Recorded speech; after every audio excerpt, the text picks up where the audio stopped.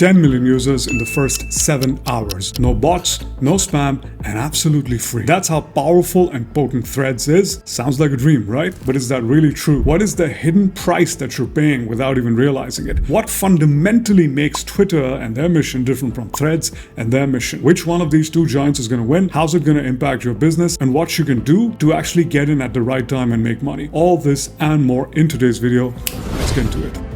Hey guys, my name's Yahya, founder and creator of Record Breaker, where I help you shatter past your highest revenue record months in the shortest amount of time. So first, let's look at everything that Threads has that Twitter doesn't. One of the best things, no ads. In fact, Meta has said that they're not even going to think about ads until they've reached 1 billion users. So you get a clean, ad-free viewers experience. Second thing, no bots. Threads requires the user to have a previous Instagram account, which has been verified, and only then does it carry over to Threads. So the algorithm is less open to manipulation by other companies or even countries. You're also not limited to the number of threads or tweets that you can see at any given time. Threads so far seems to be the exact opposite of Twitter. It is simple, easy to use, user-friendly, no ads, no spams, and overall just a very genuine and fun human experience. Now, it doesn't have everything going for it. Twitter is where people go to for news. It's known as news first. Threads doesn't yet have that capability. The algorithm shows you a generalized version of what you should be looking at and who you should be following, regardless of whether it's trending or not. The app for the most part works, but it's still buggy, it's still glitchy. A bunch of things are being ironed out, and I have no doubt that it's going to get better with time. Navigating on Threads is a lot easier than navigating on Twitter. As someone who's left-handed, it is a dream come true for me to have all the interaction buttons on the left side of the screen. In terms of users, Twitter is more or less at about 500 million right now, but remember,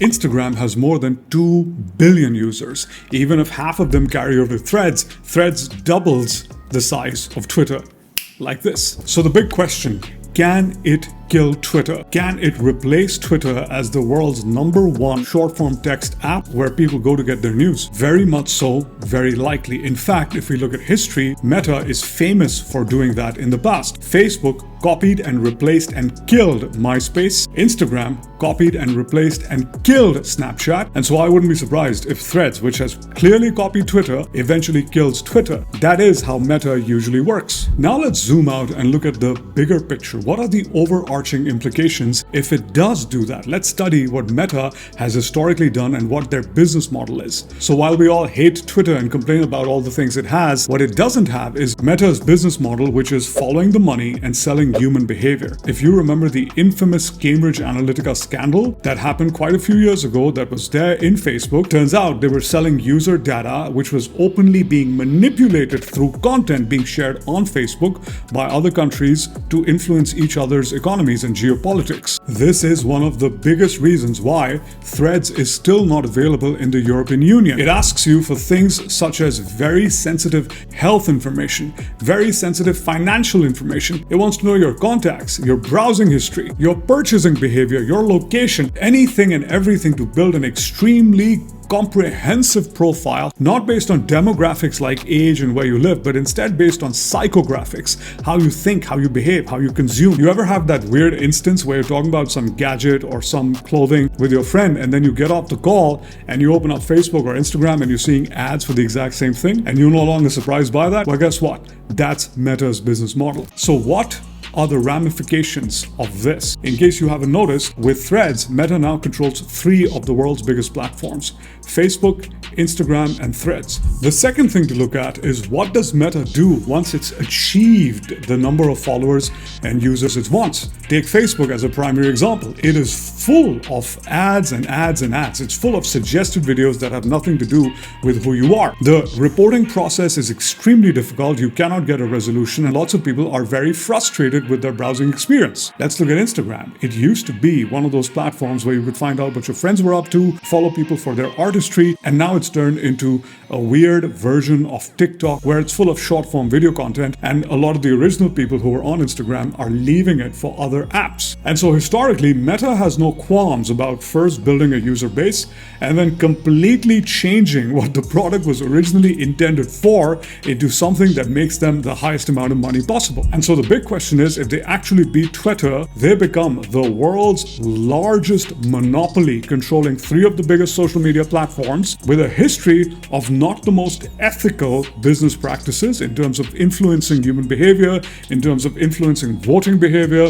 in terms of influencing geopolitics. And so the question then becomes, do we want an unregulated monopoly in the world where people are already beginning to ask the question about manipulation and tactics used to control their behavior and their buying? That's a question I'm going to leave with you because I can't answer. The next thing is, how does this impact business? That's a relatively easy answer. You have to follow the attention. Social media is all about attention. And right now, Threads has the highest amount of attention per second that it's experiencing. However, the caveat here is, if your business right now generates 80% of its revenue from any other social media platform, whether it's TikTok or Twitter or Facebook or Instagram, it doesn't really matter, and it shouldn't be a priority for you to be on Threads. It's not like they're going to wipe out all competition overnight, and the only thing that's probably driving you is fear of missing out. So maybe as a business owner or an entrepreneur, you want to think like an entrepreneur instead of thinking like a consumer and running after the new shiny object or running after it for fear of missing out. Now, if you're someone who's looking to start a business and you haven't yet gone on a social media platform,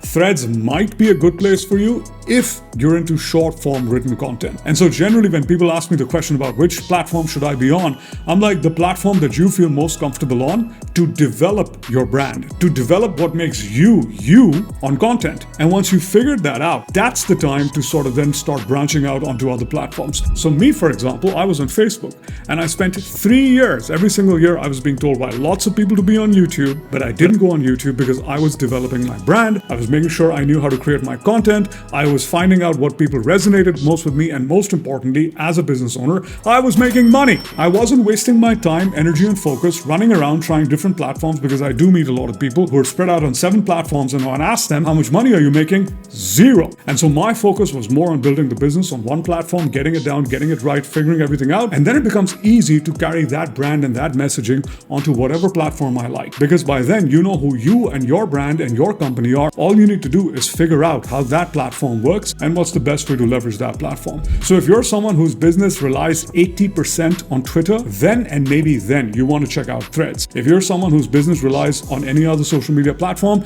you shouldn't really be worried about it. You should be focusing on making money, getting to a position where you can hire other people to do what you do right now, so that then you can spend time and energy and maybe even money figuring Threads out. I hope this has been helpful. I hope you found this useful. Leave me a comment down below and let me know which platform is your main primary revenue driver. I'm out here. I'll see you in the next one. Take care. Bye-bye.